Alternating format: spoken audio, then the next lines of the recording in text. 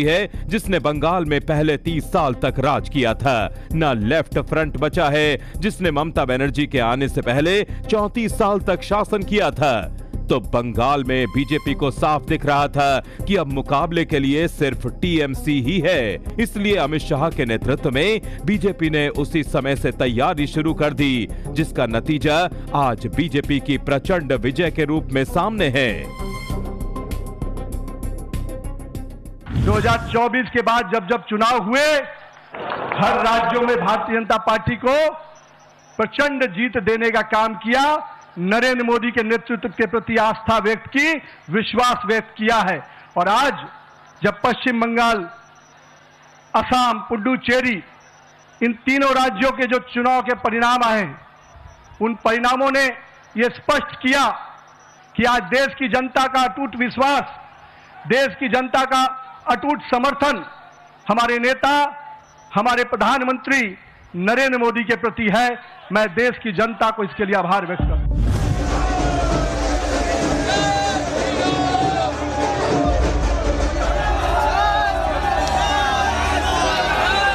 आज जीत के जश्न में बीजेपी और उसके नेताओं कार्यकर्ताओं को भले ही सिर्फ नारों का शोर सुनाई पड़ रहा हो, लेकिन एक वक्त ऐसा भी था कि बंगाल में बीजेपी का झंडा उठाने वाले जल्द नहीं मिलते थे।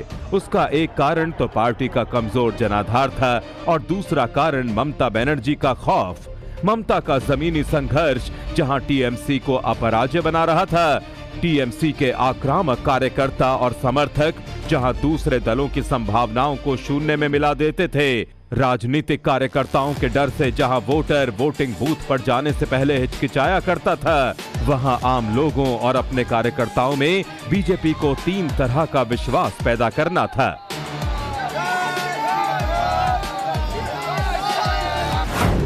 पहला विश्वास कि ममता बनर्जी के खिलाफ खड़ा हुआ जा सकता है। दूसरा विश्वास कि टीएमसी के आक्रामक कार्यकर्ताओं से लड़ा जा सकता है।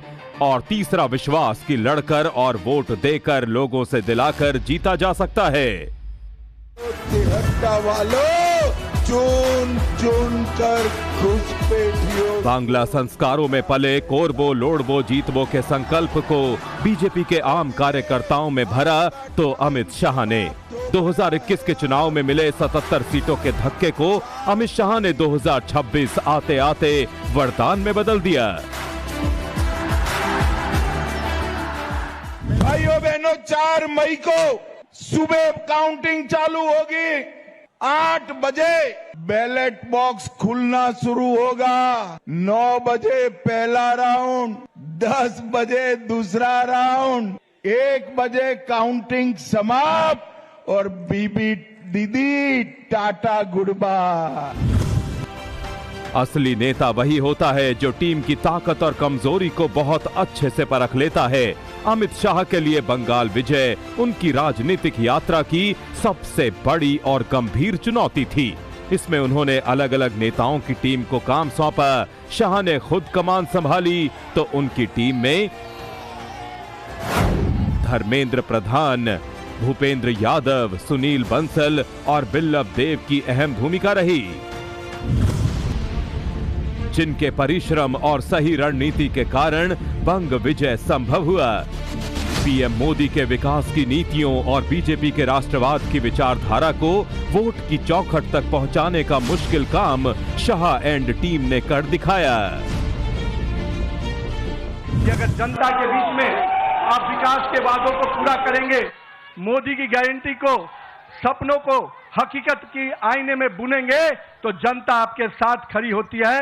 और यही कारण है कि देश में कई राज्यों में जब चुनाव होते हैं, चाहे गुजरात हो, मध्य प्रदेश हो, बिहार हो, हमारी सरकारें रिपीट होती हैं। ये कारण है कि हमारे नेतृत्व के प्रति और हमारे नेतृत्व का कथनी और करनी में अंतर नहीं होता है।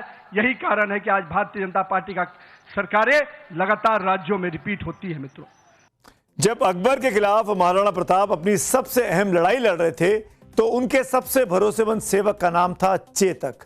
वो घोड़ा था, लेकिन राणा प्रताप चाहते क्या है उसको समझ लेता था। उनके लिए अपनी जान की बाजी लगा दी थी। उस चेतक को लेकर श्याम नारायण पांडे ने एक कविता लिखी थी, राणा की पुतली फिरी नहीं, चेतक पहले मुड़ जाता था। किसी भी विजय के लिए सेनापति का इशारा समझना बहुत जरूरी होता है। बंगाल की लड़ाई में गृह मंत्री अमित शाह का वो इशारा उनके खासम खास सिपह सलारों ने बहुत अच्छे से समझ लिया। खुद जी जान से परिश्रम करने वाले अमित शाह के लिए उनके सहयोगियों का परिश्रम सोने पर सुहागा रहा। धर्मेंद्र प्रधान ने जहां अलग अलग जातीय समीकरणों को साधा, वहीं केंद्रीय नेतृत्व को राज्यों के नेताओं से जोड़ने वाली कड़ी भी बने। दूसरे नेता भूपेंद्र यादव हैं, जिन्होंने बंगाल में बीजेपी का माइक्रो मैनेजमेंट देखा। उन्होंने बूथ स्तर पर कार्यकर्ताओं को काफी सक्रिय रखा। बीजेपी महासचिव सुनील बंसल के जरिए गृह मंत्री शाह ने पन्ना प्रमुख मॉडल को बंगाल में रिवाइव किया। इसके कारण टीएमसी के सामने बीजेपी कार्यकर्ताओं के नेटवर्क को मजबूती मिली और हिम्मत भी। वहीं त्रिपुरा के पूर्व मुख्यमंत्री बिप्लब देब के आक्रामक प्रचार से पार्टी को उन इलाकों में फायदा मिला जो इलाका त्रिपुरा से सांस्कृतिक रूप से जुड़ा हुआ है। बीजेपी आईटी सेल के प्रमुख अमित मालवीय भी अमित शाह की कोर टीम में गिने जाते थे। अमित शाह के पास एक तरफ अपने नेताओं का दल बल था, तो दूसरी तरफ चुपचाप काम करने वाले संघ के कार्यकर्ताओं ने घर घर पहुंचकर बीजेपी की जीत के लिए रास्ता आसान कर दिया।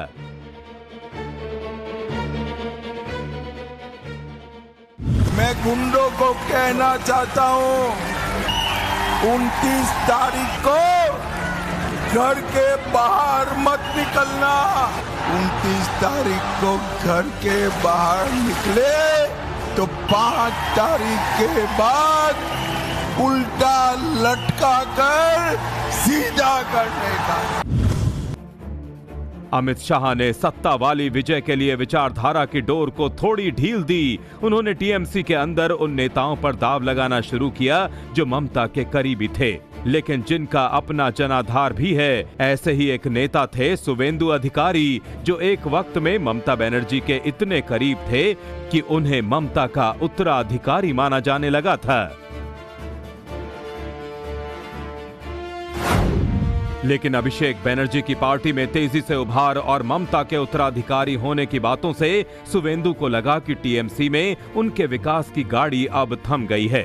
ये एहसास तब और बढ़ गया जब 2019 के लोकसभा चुनाव में प्रशांत किशोर को टीएमसी में सुवेंदु से ज्यादा तरजीह दी जाने लगी। दूसरी तरफ नारदा स्टिंग ऑपरेशन में अधिकारी के खिलाफ मामला चलाने के लिए 2019 में सीबीआई ने लोकसभा स्पीकर से मंजूरी मांगी थी।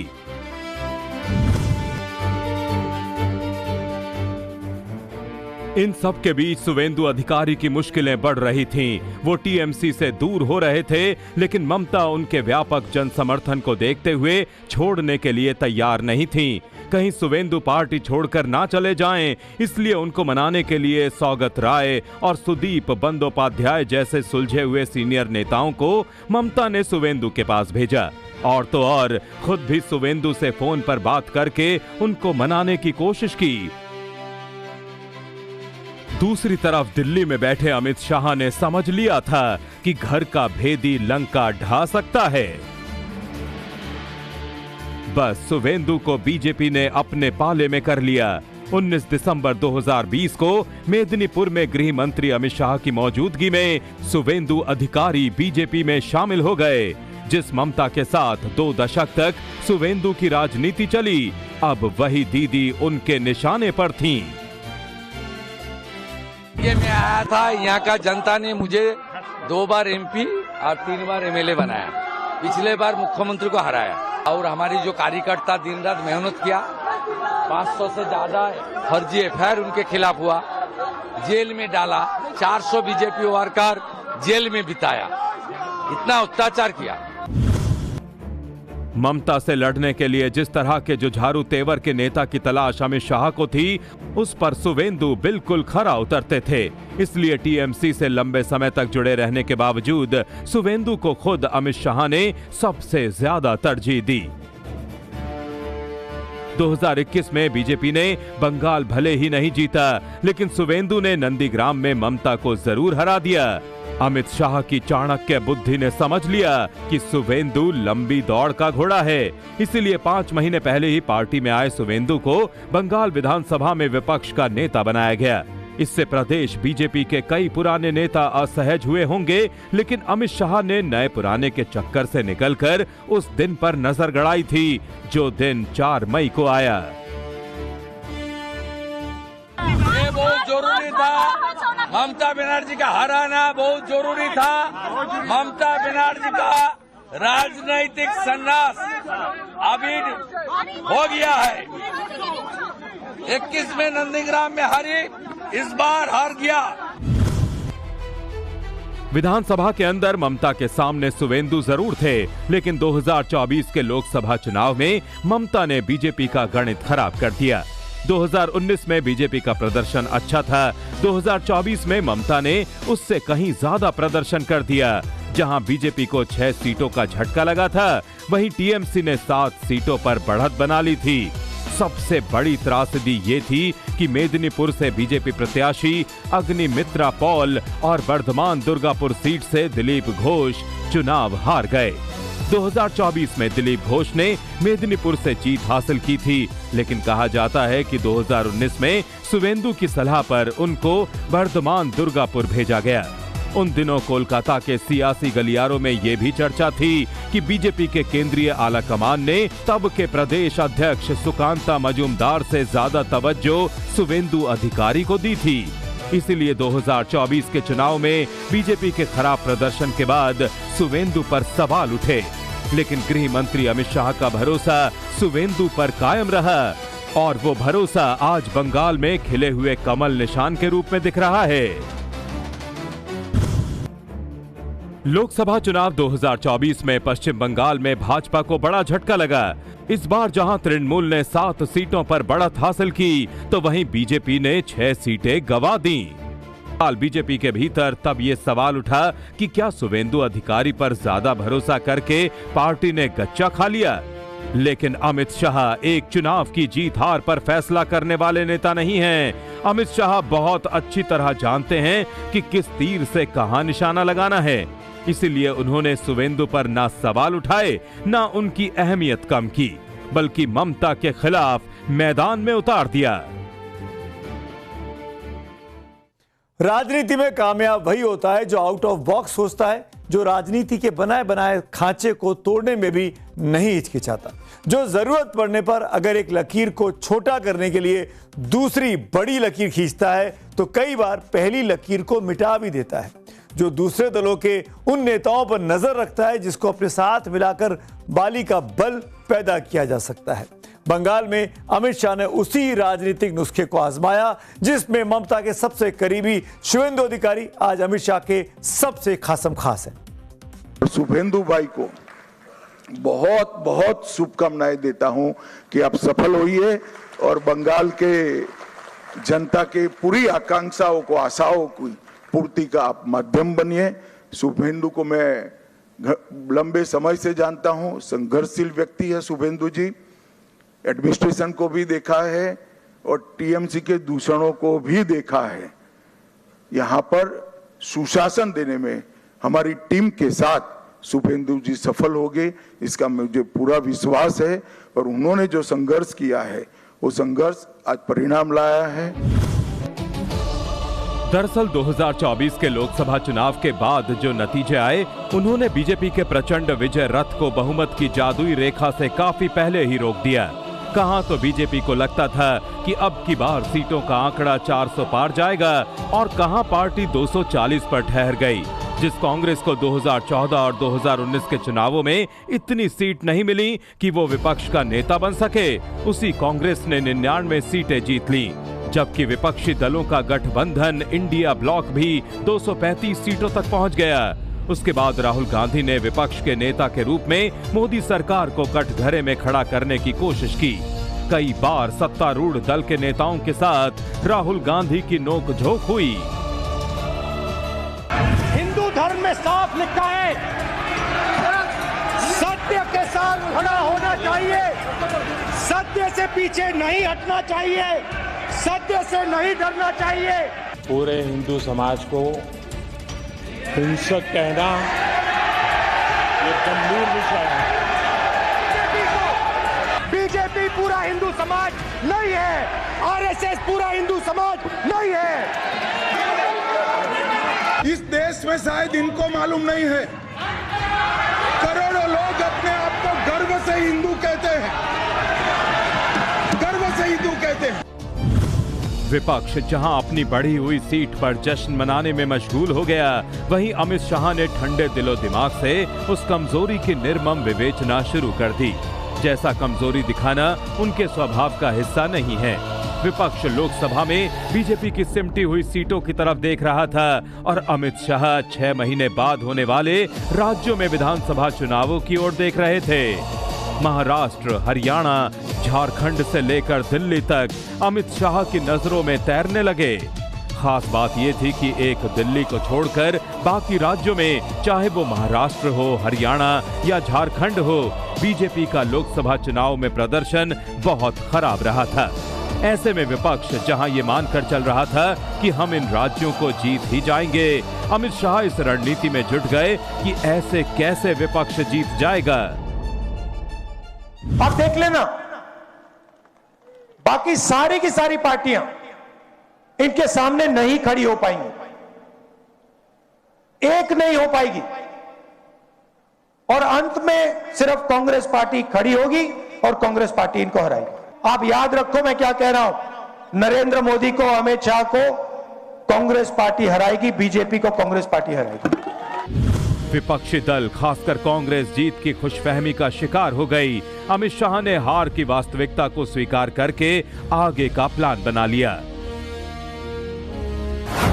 नतीजा ये हुआ कि हरियाणा में बीजेपी ने जीत की हैट्रिक लगाई और कांग्रेस हुड्डा बनाम रणदीप सुरजेवाला बनाम शैलजा कुमारी की लड़ाई में ही फंसकर रह गई।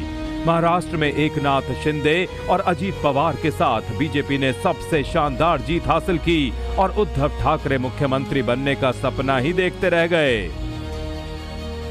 उसके 2 महीने बाद दिल्ली में विधानसभा के चुनाव हुए तो बीजेपी ने 26 साल बाद विजय हासिल की और तो और केजरीवाल मुख्यमंत्री होते हुए भी अपनी सीट बचा नहीं पाए। 2025 के फरवरी में दिल्ली जीता तो नवंबर में बिहार में एनडीए की सीटें 200 पार चली गईं, जिसमें बीजेपी 89 सीटें जीतकर नंबर 1 पार्टी बन गई।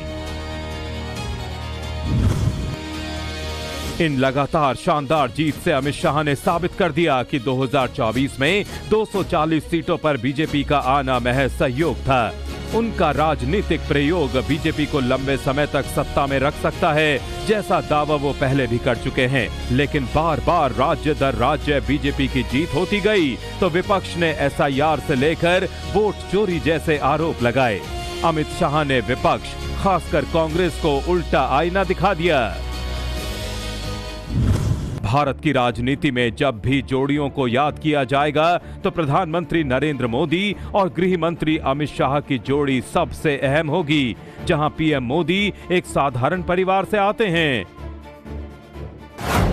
वहीं अमित शाह का जन्म 22 अक्टूबर 1964 को मुंबई में एक संपन्न व्यापारी परिवार में हुआ था। जन्म भले ही मुंबई में हुआ, लेकिन उनका बचपन गुजरात के मेसाहाणा जिले के मानसा कस्बे में बीता। वहां प्राथमिक शिक्षा ग्रहण करने के बाद आगे की पढ़ाई के लिए शाह अहमदाबाद चले गए, जहां उन्होंने बायोकेमिस्ट्री की पढ़ाई की। 20 साल की उम्र में उन्होंने पीवीसी पाइप बनाने की छोटी सी फैक्ट्री शुरू की। वो गुजरात में सिंचाई के लिए पाइप बनाने वाले पहले उद्यमी थे।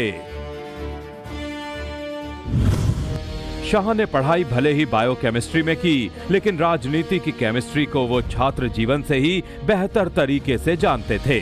शाह जल्द ही आरएसएस से जुड़ गए। आरएसएस के वरिष्ठ स्वयंसेवक रति भाई पटेल के साथ 1980 के दशक में अमित शाह साइकिल पर संघ के लिए प्रचार करने लगे। आरएसएस में ही उनकी मुलाकात नरेंद्र मोदी से हुई। तब किसने सोचा होगा कि एक दिन इनकी जोड़ी भारतीय राजनीति में सबसे बड़ा कमाल कर देगी। अमित भाई का आज बधाई दे